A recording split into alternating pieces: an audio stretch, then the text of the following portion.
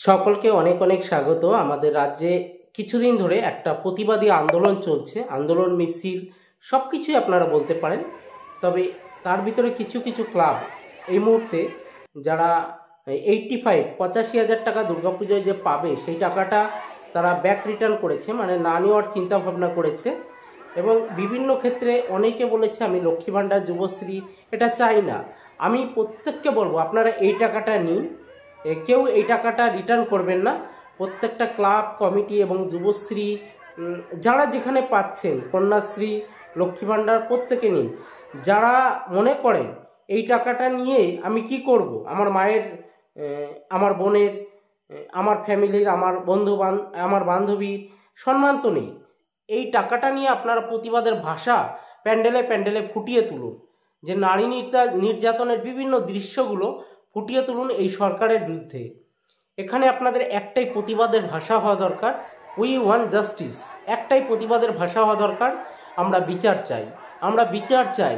এখনও 15 দিন হয়ে গেল, কোনো রকম অভিযুক্তকে ধরতেই পারেনি। ধরা তো অনেক পরের কথা, অভিযুক্তকে সামনেই আনতে পারেনি। তবে আমরা এটা কি বলতে পারি, আমরা একটাই কথা বলবো, উই ওয়ান্ট জাস্টিস।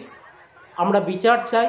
সমস্ত শিল্পী, সমস্ত জ্ঞানী মানুষ, সমস্ত শিক্ষিত সমাজ প্রত্যেকে মাঠে নেমেছে, ময়দানে নেমেছে, প্রত্যেকে রাস্তায় নেমেছে। প্রত্যেককে বলবো এই আন্দোলন থেকে আপনারা পিছিয়ে যাবেন না। কঠিন থেকে কঠিনতম, গভীর থেকে গভীরতম এই আন্দোলন কখনো আপনারা কোনো রকম আনন্দের ছলে ভুলে যাবেন না। আজকে আমার বোনের বিচার চাওয়ার জন্য আমরা পথে নেমেছি। কালকে যে আপনার ফ্যামিলিতেও কেউ না কেউ আছে, কোথায় কি ঘটে এটা আমরা চাই না কারো এই সময়টা আসুক। তবে যেভাবে সরকার চলছে, কেন আমি সরকারের কথা বলছি, দেখুন আজকে যে সরকার আছে, এত কিছু ঘটে যাওয়ার পরে আজকে যে ঘোষবাবু রয়েছে, ঘোষবাবুর আমলে একাধিক এই ঘটনা ঘটেছে, তার ভিতরে একটা পরিস্ফুটিতভাবে আমাদের মাঝে চলে এসছে। এর আগে পৌলমী হত্যাকাণ্ড এই ঘোষবাবুর আমলেই হয়েছে, সবই ধোঁয়াশাই রয়ে গেছে। তবে এটা একাধিকজন ধর্ষণ এবং খুন করার পরেও এটা অঝোড়াই রয়ে গেছে অন্ধকারে। কোনো এখন নাকি এখানে কি খুনি খুঁজেই পাওয়া যাচ্ছে না। সঞ্জয় কি করেছে কি না, ওকে কি লাস্টে পাঠিয়ে দিয়েছে কি করতে, কি জানি কি বুঝি না। লাস্টে ওকে ক্যামেরায় দেখেছে, তার আগে ওরা সব কাজ হাসিল করে নিয়েছে, যা বোঝা গেল সমস্ত খবর সমস্ত জায়গা থেকে। তার কিন্তু এটা তো একজনের কাজ না, যা বোঝা যাচ্ছে। তাহলে বাকি আসামিরা কোথায়? আর এই যে এখানে যে মূল অভিযুক্তরা, তিলোত্তমার সঙ্গে যারা একই সঙ্গে ডিনার করেছিল, বাকিরা কোথায়? আজকে সেই দপ্তরে হেড যিনি ছিলেন ঘোষবাবু, তার একের পর এক প্রমোশন হয়ে যাচ্ছে। তো ঘোষবাবুর, আমার বাবু বলা ওনাকে সাজে না, যাও ঘোষমশাইয়ের একের পর এক এই পদোন্নতি, এটা কি ম্যাজিকটা কোথায়? এই ম্যাজিক ফিগারটা কাজ করে কি থাকলে? আর একটু ঠান্ডা মাথায় ভেবে দেখুন তো। আমরা শুনেছি যখন নন্দীগ্রামে একটা ঘটনা ঘটেছিল, পা প্লাস্টারটাই ঘোষমশাই করেছিল। এই ঘোষমশাই পা প্লাস্টার করেছিল, তাহলে কি সেদিন কি রিপোর্ট ছিল, কি ছিল জানি না, এখন তো সন্দেহতে সব। তাহলে কি ধরে নেব আমরা? ভবিষ্যতে এর পরিণাম কি হতে পারে আপনারাই বিচার করুন। আপনাদের হাতে পুরোটাই ছেড়ে দিলাম।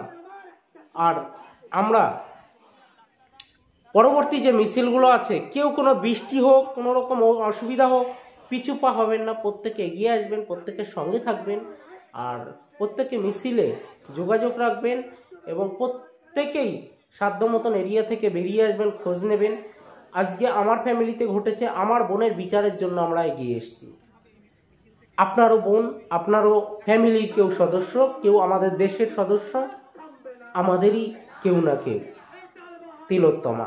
সেই তিলোত্তমাকে নিয়ে আজকে আমাদের প্রতিবাদ মিছিল আন্দোলন। আমি এ যাবৎকাল গত 12 দিনে 10টার উপরে মিছিলে অংশগ্রহণ করেছি। এখনো পর্যন্ত আমি প্রত্যেকটা জায়গায় মিছিলে অ্যাটেন্ড করার চেষ্টা করি। তবে লাস্ট আপনাদের আমি যেটা বলবো, 85,000 টাকা যেটা দিচ্ছে, এটা নিয়ে আপনারা নারী নির্যাতনের ছবি প্রতিটা ক্লাবে ফুটিয়ে তুলুন, যে এই সরকারের বিরুদ্ধে আমরা পদক্ষেপ চাই, একটাই পদক্ষেপ, পদত্যাগ। পুলিশ মন্ত্রী, স্বাস্থ্যমন্ত্রী হওয়ার পরেও এই সরকার ব্যর্থ। একাধিক ঘটনা ঘটেছে। প্রথম থেকে এই ঘটনাকে কেন সুসাইড বলে চালাতে গেছিল, তার এক বিচার চাই। আর তছনছ কাণ্ড অনেক আছে, একের পর এক দেখতে থাকুন, আমি নিয়ে আসছি আপনাদের মাঝে খবর।